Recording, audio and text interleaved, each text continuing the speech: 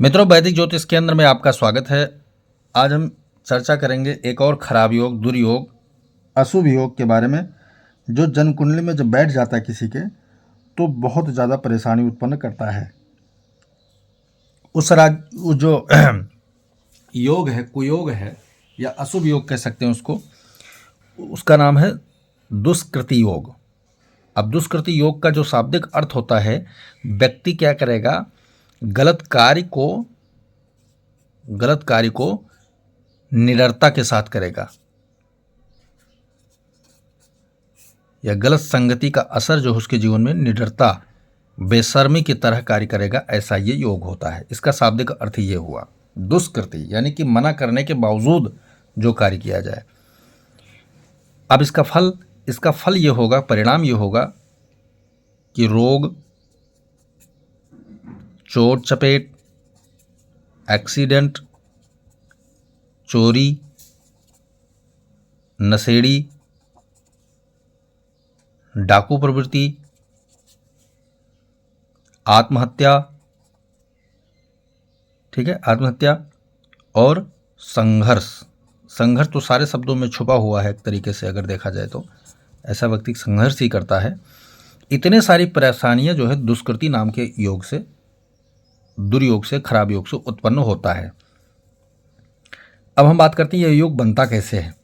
तो यहाँ सूत्र देखेंगे, सप्तमेश का 6, 8, 12 में, यानी 7वें भाव के स्वामी का 6, 8, 12 में क्रूर ग्रह के साथ होना, ये सूत्र है इसके बनने का। चलिए यहाँ पर देखेंगे तो ये धनु लगन की कुंडली है। धनु लगन की कुंडली में दुष्कृति नाम का दुर्योग कैसे बनेगा वो आप देखिए। यहाँ सप्तमेश कौन है? यहाँ सप्तमेश है बुध, ठीक है। 3 नंबर लिखा है, 3 नंबर मिथुन राशि है। मिथुन राशि का स्वामी जो है बुध होता है, और साथ में बुध जो है 10वें भाव का भी स्वामी है साथ साथ। तो एक अगर केंद्र की बात करें तो यहाँ बुध कारक हो जाता है, और एक ग्रह कौन सा कारक होता है? गुरु, दूसरा बुध। अब बुध कारक होने के बाद अगर 6ठे भाव में, 8वें भाव में और 12वें भाव में जाकर बैठ जाए, जैसे 6ठे भाव में यहाँ बुध बैठा है तो शनि के साथ बैठा है। शनि क्या है? क्रूर ग्रह में आता है। क्रूर ग्रह कौन कौन सा होता है?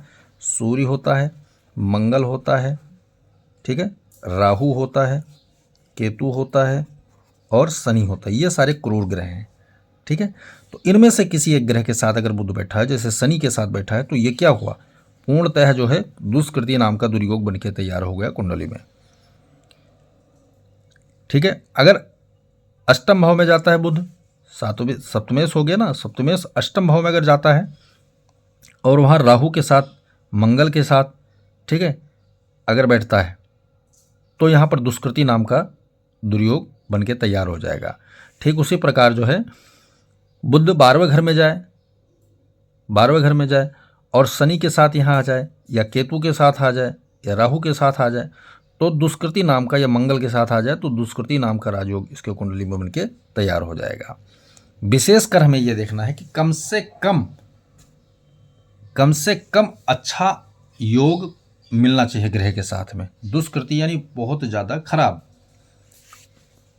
अब यहाँ पर अगर सूर्य बैठ जाए, सूर्य भी क्रूर ग्रह है मंगल के साथ में, या मंगल बैठ जाए तो थोड़ा सा क्या हो, दुष्कृति में थोड़ा सा कमी आएगा। क्यों? क्योंकि मंगल यहाँ स्वराशि का हो जाता है, सूर्य मित्र राशि का हो जाएगा। तो यहाँ पर जब दुष्कृति भयानक रूप धारण करेगा, वो कैसे धारण करेगा? शनि के बैठ जाने से ये ज़्यादा भयानक होगा। ठीक, यहाँ शनि ना भी हो या शनि हो तो क्या होगा? शुक्र जो है मित्र राशि है शनि की, थोड़ा सा कमी लाएगा। लेकिन यहीं पर अगर जो है मंगल या सूर्य बैठ जाए तो क्या होगा कि सूर्य की शत्रु राशि, मंगल की शत्रु राशि, बुध की मित्र राशि, क्या हुआ? दोनों ने मिलकर इसको, बुध को बिगाड़ दिया और ज़्यादा खराब कर दिया। बुध एक तो खराब भाव में आने से बिगड़ गया, लेकिन इन क्रूर ग्रहों ने और ज़्यादा इसको बिगाड़ दिया पूरी तरह। ठीक है, अब बात कर लेते हैं कि बुध के द्वारा जब बना, अभी मैंने क्या किया, नैसर्गिक तौर पर दुष्कृति योग का फल आपको बताया, लेकिन किस ग्रह से दुर्योग बना है ये जानना बहुत जरूरी। उसका फल एक अलग विषय है। तो बुध के द्वारा अगर ये दुर्योग बना और साथ में किस ग्रह के कारण पूर्णतः इसको बिगाड़ा गया, उसका फल भी हमें साथ साथ ध्यान में रखना पड़ेगा। बुध क्या है? बुद्धि का, विवेक का, ठीक है, बुद्धि का, विवेक का, इंद्रियों का कारक है। इंद्रिय जैसे आँख, नाक, मुंह, कान, इन सब का कारक जो है वाणी। बुध कारक है। साथ में विजनेस, आंत, पेट में जो आंत होती है उसका कारक होता है। यहाँ पर आपको कहीं ना कहीं तकलीफें होना जीवन में चालू रहेंगी, कुछ ना कुछ तकलीफ आपको होना चालू रहेगा।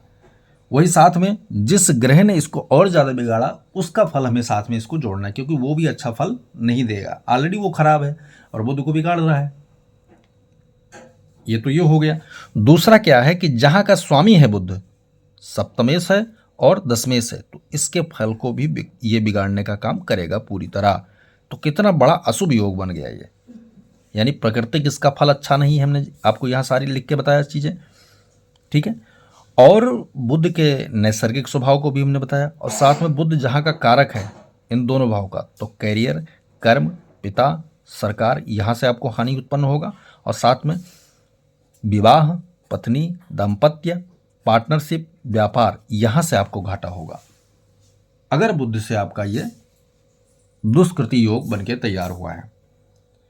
तो यह रहा मित्रों बनने का सरल और सटीक विधि से हमने तरीका समझाया।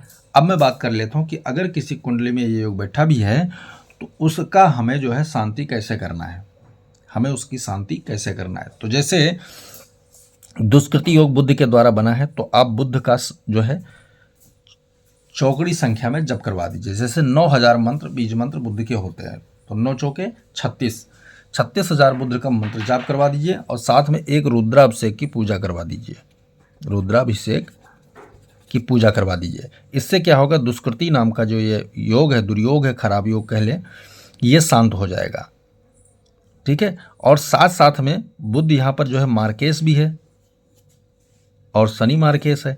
शनि प्रबल मार्केश हो जाता है, तो जो मार्केश का ग्रह निकल गया है उसका हमें क्या करना है, तुला दान करवा देना है। तुला दान का अर्थ होता है कि अपने बराबर जितने आपका वजन हो उतने बराबर आपको अन्न का दान गौशाला आदि में जो है करवा देना है, जिस ग्रह के लिए कर रहे हो उस ग्रह के वार में या होरा में। तो ये पूर्णतः जो है आपका दुष्कृति योग शांत हो जाएगा और अच्छा फल देने की आशा हम उससे रख सकते हैं। मित्रों वीडियो पसंद आए तो लाइक करें, शेयर करें, सब्सक्राइब करें और साथ में बेल आइकन का बटन जरूर दबाएं ताकि हमारा नया लेटेस्ट वीडियो नोटिफिकेशन के माध्यम से आप तक जरूर पहुंचे। वीडियो बिना स्किप करके देखेंगे तभी समझ में आएगा। दुर्योग बहुत खराब होता है, इसलिए इस पर ज़्यादा दृष्टि देना चाहिए। राजयोग तो अपना फल कभी कभी ना कभी देगा ही, लेकिन दुर्योग जो आपको मुसीबत में डाल रहा है, कष्टकारक ग्रह है, उसकी शांति परम आवश्यक होता है। मित्रों जय सिया राम।